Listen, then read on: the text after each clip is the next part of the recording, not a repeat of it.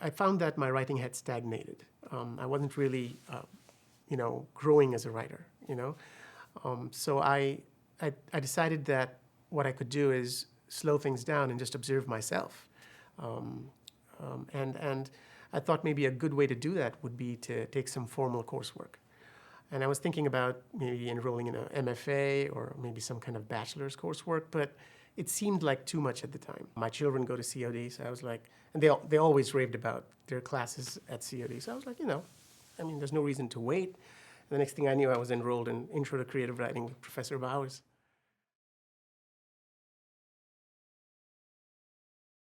So the English department at COD is just top-notch. The department really is, what is it? It's faculty, right? And they're all published authors. They understand the struggles that writers face, and they bring that to them when they come to class. So you'll see them kind of become passionate about what their interest is, whether it's fiction writing or medieval poetry or film translation or some film theory or publication. You'll see them bring that to the table, and it's quite contagious. Just the atmosphere that was created by the faculty was so welcoming and encouraging.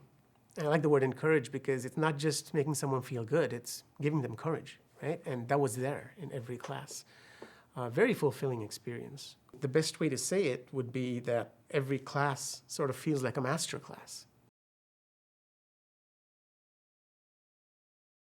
In a word, I would say it was eye-opening, or maybe even mind-blowing. And the reason I use those superlatives is because I didn't know what to expect. I had a lot of baggage.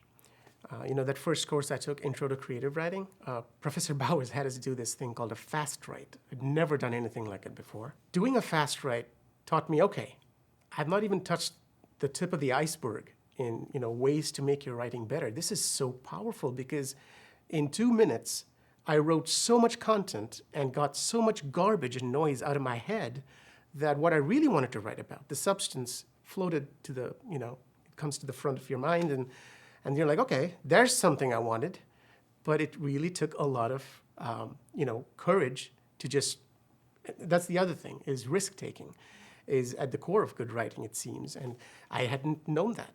I found that the more I was willing to take risks, the more my writing actually gave me a voice. And I have to say, for all the courses, the common thread was being in those discussion rooms and exchanging ideas, feedback with the peers, right?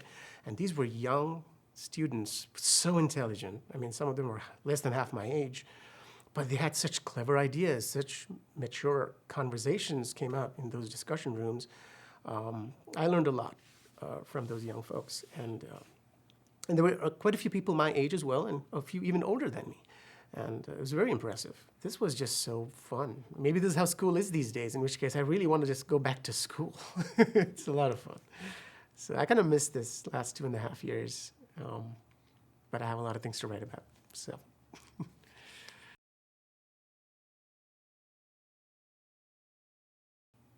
Your biggest enemy is inertia, is just not doing anything. So take that first course in that program, immerse yourself in it. I literally took 1 course per semester, so it took me 5 courses, 2.5 years to finish the program.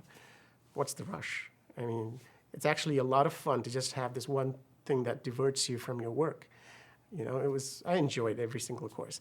So I would say just take that course, and then you've got to believe that time expands when you pour your effort into it, with some sincerity. It just does. It does. So take the plunge.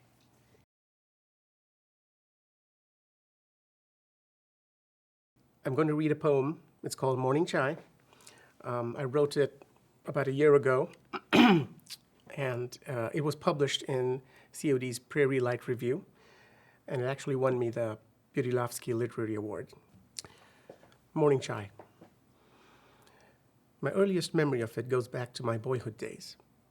A porcelain cup of the steaming liquid, sitting on a saucer with 2 Marie tea biscuits, carried into my grandfather's presence. He lowered his paper momentarily to survey the beverage and gauge its temperature with the thermometer in his eye.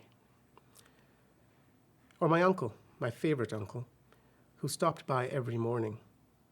He always had a glint in his eye. He sat on the large swing under the bougainvillea vines, the sun mottling his plaid 80s button-down with its golden drops. He didn't care for cookies, just a hot cup capable of raising enough fog to temper the tirade of his sister, my mother, aimed at all things mundane that tested the patience of a mother of three, keeping house for a sailor away at sea. He held the paper folder over this way and that, so that only the column he read was visible.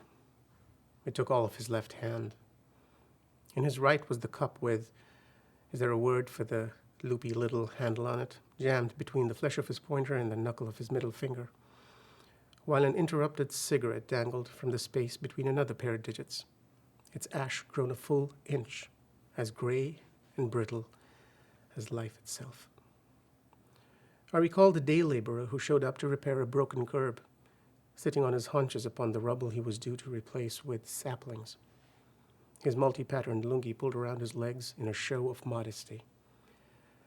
Like my uncle, he slurped the hot liquid from his cup, the morning air thick with melting dew and singing birds and the non-stop blare of traffic that overcame the long driveway, all adding to the flirtatious side glances he shot at the young servant girl, wolfing down her breakfast off to the side around the back of the house.